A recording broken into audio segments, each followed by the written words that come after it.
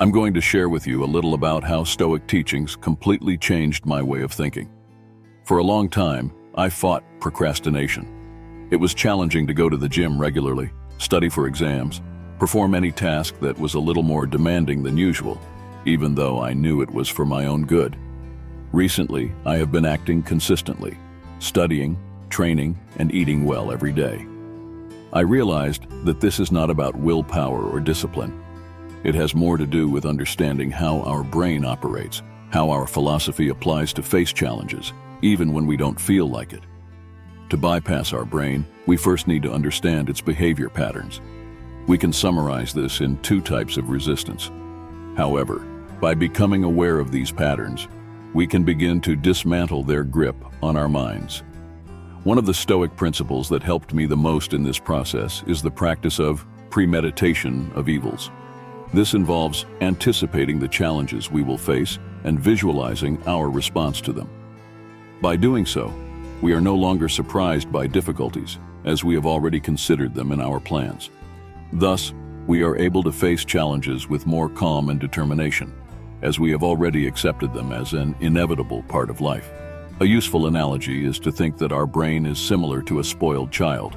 When a child like this doesn't get what he wants, he complains, throws tantrums, attracts attention. Our mind acts in a similar way. When things start to feel stressful, it's as if they are stressful, right? Difficult, monotonous, or a little boring. Our inner child manifests itself, procrastinating, imagining how difficult it will be to start a new habit, tackle a new job, study for a test, eat well, or go to the gym.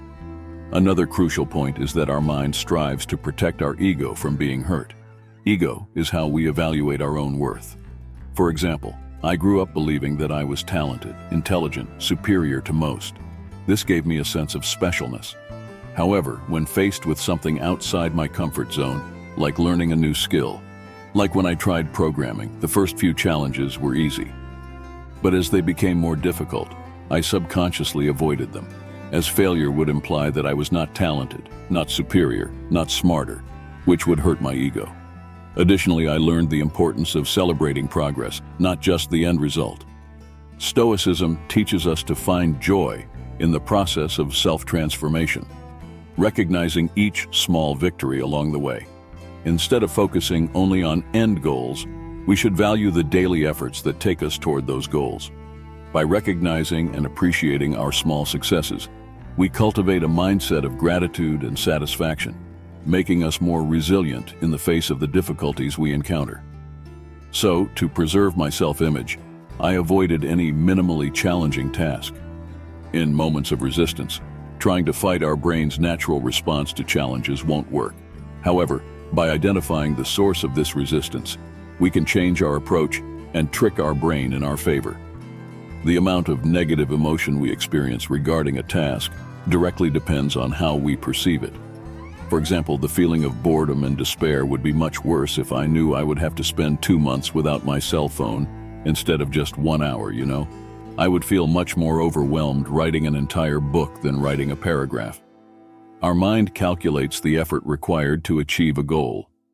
By changing the goal, telling yourself that you will do the difficult task for a certain period of time, or that you will do the minimum to be efficient, we can gradually make progress. Another Stoic technique I have adopted is the practice of indifference to external things. This means recognizing that many of the stresses and anxieties we face are caused by worries about things over which we have little or no control. Instead of letting ourselves be consumed by these worries, we should focus our energy on what we can control, our thoughts, actions, and attitudes. By adopting this perspective, we are able to find inner peace even in the midst of outer chaos, cultivating a sense of calm and equanimity in all situations. Remember that our brain is like a spoiled child. We need to treat it that way. For example, when caring for a child who is throwing a tantrum over homework, we can say that if he finishes, he can watch a movie and choose the movie. The reward should be in the process, not at the end. In this way, we reprogram the brain's reward system and teach it to enjoy difficult tasks. Stoicism teaches that we can control only what is in our power, except that some days you may not have the energy or motivation. Do not blame yourself. Commit to doing better the next day. Accept that often a lack of motivation is linked to a lack of energy. Sometimes going to bed earlier can help you regain energy and motivation for the next day's tasks.